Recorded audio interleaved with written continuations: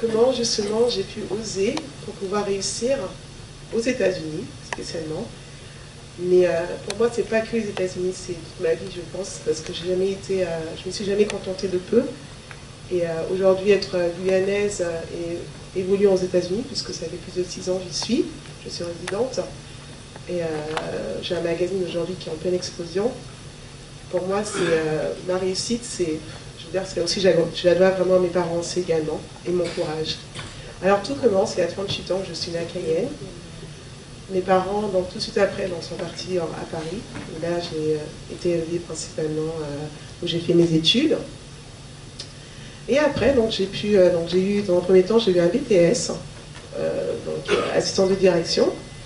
Et à l'issue de ça, je me suis dit, oh non, BTS, c'est pas assez suffisant, donc il est important pour moi de pouvoir continuer. Parce que, bon, à l'époque, même avec un BTS, vous vous retrouvez 2 fois même caissière dans un supermarché. Je me suis dit, bah non, moi je veux pas de ça.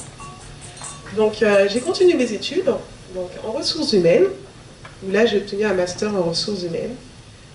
Et donc, tout de suite après, j'ai eu mon premier... Des petits problèmes techniques, mais bon. J'ai eu mon premier job donc, en tant que responsable RH, donc pour une filiale de Danone, où là je suis restée pendant pratiquement 7 ans. J'ai beaucoup appris sur le terrain, et on m'a donné cette chance parce que quand j'ai eu mon master, je n'avais pas d'expérience. Comme vous savez, en France, tout est basé sur les diplômes et sur l'expérience. Donc ça c'est vraiment, pour moi, je pense, qu'il y a encore un problème parce que les diplômes c'est très bien, et il en faut, parce que l'éducation c'est la base. Mais c'est important aussi de juger les gens sur leur savoir-faire et leur savoir-être. Donc à l'issue de ça, donc pendant 7 ans, je me suis vraiment épanouie. J'ai rencontré des gens formidables. Et donc 7 ans, je commence à m'ennuyer parce que je suis quelqu'un qui a besoin de renouveler les expériences, d'avoir toujours des challenges. Et c'est comme ça que ça me permet d'exister et d'être vraiment moi qui je suis. Donc à partir de là, on me propose donc un nouveau job dans une petite agence, parce que où je travaillais, il y avait quand même plus de 7000 salariés, où j'étais responsable de la paye, donc c'était quand même beaucoup de travail, mais j'avais envie d'aller justement dans un autre univers, donc plus petit, avec des salariés moindres, et je me suis dit, bon, pourquoi pas, donc je suis partie, donc bon, c'était quand même au niveau humain un peu triste, parce que bon, c'est vrai que j'avais quand même eu de bonnes relations avec mes patrons, les salariés, mais bon, je me suis dit, il est important pour moi de changer, il faut savoir justement accepter le changement pour aller de l'avant. Parce que souvent, nous, en tant que Français en général, on n'aime pas vraiment, c'est pas qu'on n'aime pas, mais on s'habitue à notre confort, on a peur du changement. Parce qu'effectivement, on a nos responsabilités familiales, ou même tout simplement, on aime juste, certains ont juste un confort de se dire, bon ben, j'ai un bon travail, ma famille, ça me convient, donc pourquoi pas? Ça, c'est pas un tort, hein. Chacun justement voit ses objectifs. Hein. Et à l'issue de ça, donc, je suis restée pendant 6 mois, donc j'ai établi donc, toute la paie pour cette petite agence. Et tout d'un coup, justement, donc, je rencontre donc, un chargé d'affaires qui, à l'époque, c'était ADP, donc une société américaine, qui me dit, mais mademoiselle Terrain, ça ne vous intéresserait pas de partir en République tchèque?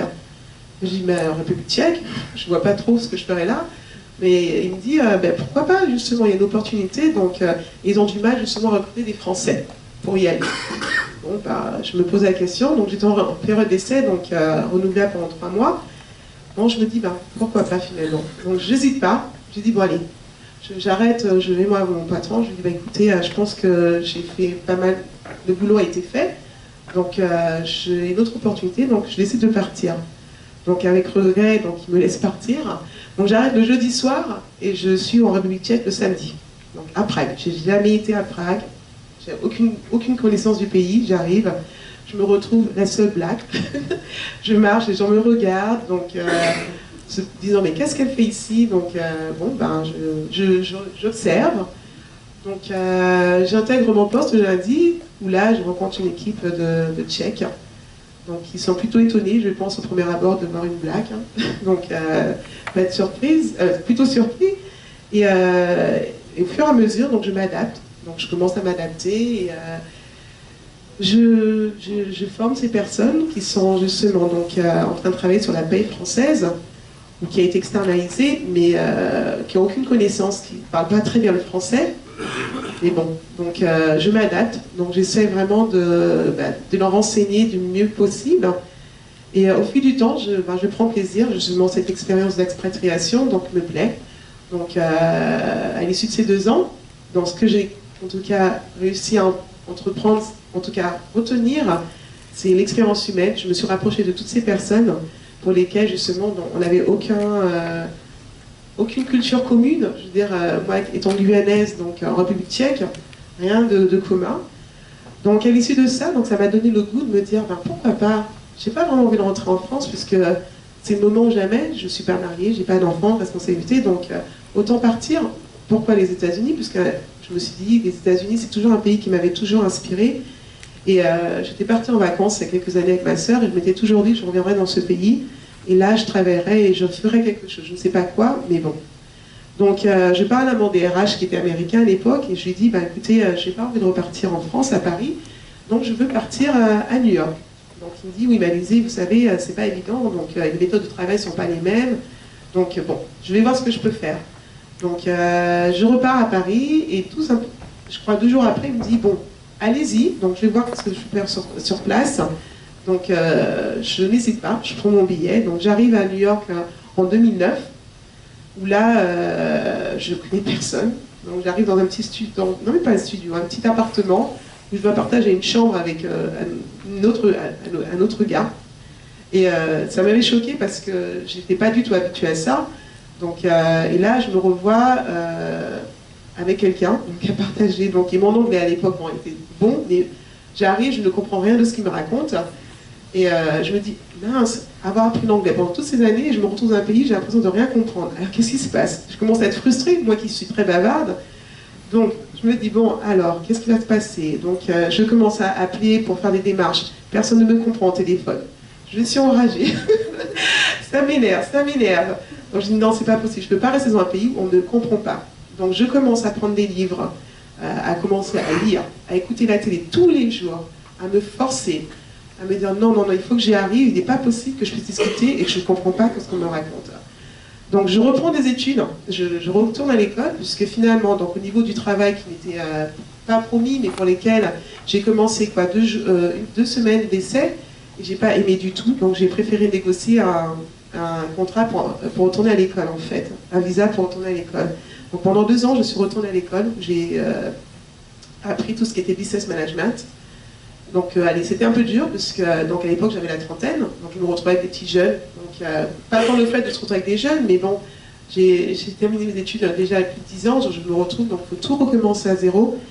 Donc ça a été très dur émotionnellement, parce que vous vous rendez compte de cadre supérieur, donc je reviens étudiante, vraiment à me retrouver avec pratiquement des jeunes qui sont, la moyenne c'est quoi, 20 ans.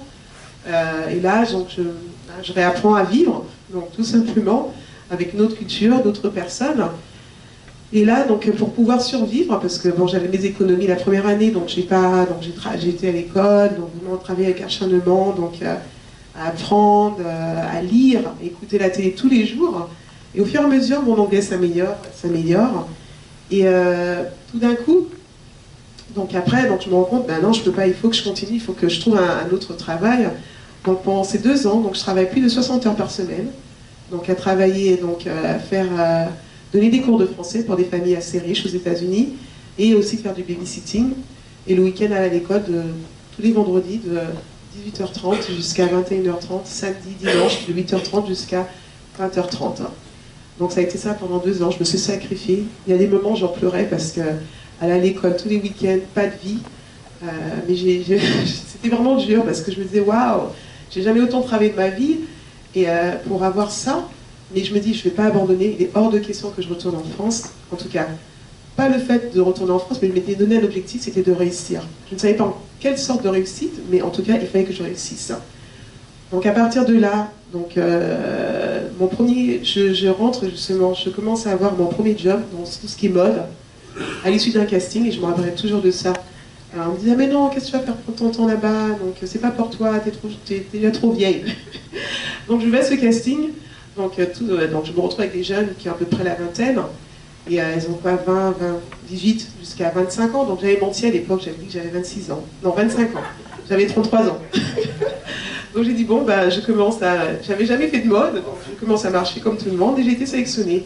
Et il y avait un directeur d'agence qui était là, qui me dit, bah écoutez, d'où venez-vous? Alors je lui dis, je suis française, mais guyanaise. Il fait, oh waouh, donc est-ce que vous pouvez me voir, parce que j'aurais quelque chose à vous proposer. Donc il me dit, ben, d'accord, je dis, ben, moi tout excitée, je suis contente, ça me fait faire avoir des amis, donc je rencontre du monde. Et là, donc il me propose de le rencontrer la semaine d'après, donc il me dit que j'arrive, donc je le rencontre dans un hôtel. Au début, je me suis dit, c'est quoi ce traquenard? Mais bon, j'y vais. Donc j'arrive, et en fait, il y avait un client qui était là, donc qui apparemment m'attendait, et je ne savais pas.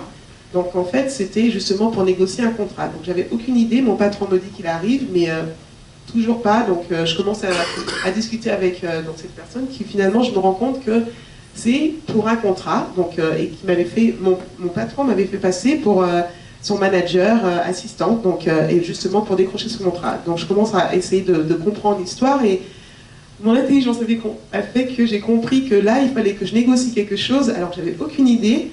Je commence à prétendre que je connais bien le truc, et finalement je négocie le contrat. Et je gagne, et comment déjà en anglais, je gèle le contrat. Et là, donc ça a été mon premier job, c'est comme ça que j'ai eu mon premier job. Et de là, donc c'était justement le test pour savoir ce que je valais. Donc mon patron, en tout cas à l'époque, n'avait pas jugé bon de regarder mon CV, ça l'intéressait pas du tout, mais il avait compris que j'avais les compétences. C'est comme ça que j'ai mis mes premiers... je suis rentrée dans l'industrie de la mode. Et à partir de là, donc, on m'a confié d'autres projets. Donc, ça a été, j'ai été coordinatrice de Fashion Week. Donc, après, j'ai managé des modèles.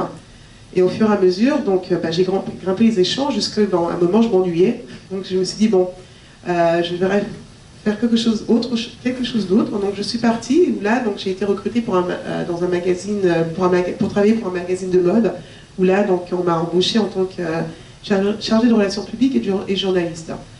Donc pendant un an, j'ai fait ça, donc ça s'est très bien passé, mais ils m'exploitaient, donc j'en ai eu marre, pareil, donc je suis partie. Et de là, je me suis dit, qu'est-ce que je fais? Est-ce que je décide de tout recommencer, donc c'est-à-dire faire quelque chose pour moi, de travailler, d'avoir ma propre société, ou je repars. Donc je me suis dit, ah non, donc tant qu'à faire, donc c'est parti d'un échec. Et un soir, je rentre, mes parents étaient en vacances, et je m'assois, je me dis, tiens, j'ai envie de faire quelque chose de différent, quelque chose qui va impacter le monde, je ne sais pas quoi. Donc je commence à écrire, donc d'où le concept aujourd'hui, Alizée la vie. Donc Alizée, mon prénom, la vie, parce que c'est une histoire de vie, puisque aux États-Unis, j'ai pris beaucoup de claques, beaucoup d'échecs, mais en même temps, c'est ce qui m'a fait rebondir. Et à cause de ça, ça m'a permis de faire ressortir le meilleur de moi-même, et d'être encore plus persévérante et d'avoir la rage de réussir.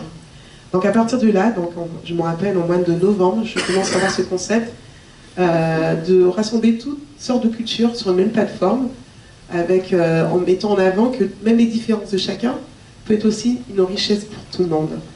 Donc en février 2013, mon magazine sort, donc, et là c'est le gros boom. Donc aujourd'hui, justement, j'ai reçu un Oscar pour ça, tout simplement parce que j'ai réussi en moins d'un an et demi à fédérer plus de 144 pays dans le monde entier, qui aujourd'hui bénéficient. Ce magazine, Alizée la vie, a une reconnaissance internationale. Mais ce qui m'a vraiment touchée dans tout ça, c'est que ça a permis d'impacter la vie des gens. Parce qu'aujourd'hui, c'est pas tant que je gagne plus d'argent, c'est que j'ai su aller jusqu'au bout, me sacrifier, et ça en valait la peine. Et pour moi, je veux dire, la plus belle victoire de ma vie, en tout cas aujourd'hui, et je la vis vraiment pleinement, je vis ma vie vraiment avec tout ce qui va autour, et je continue. Et c'est ce que je voudrais inspirer aux jeunes aujourd'hui, donc ne jamais abandonner. Et ça, peu importe qu'on soit guyanais, qu'on soit d'un autre pays, la réussite, quand on la veut, on la décide, et on s'en donne les moyens, on peut y arriver. Et même quand on est en Guyane, je reprends un peu les mots de mon collaborateur, qui précisait que même en étant en Guyane, il y a du potentiel, on peut réussir. Ensuite, il faut se donner les moyens, être courageux et garder la foi. Voilà.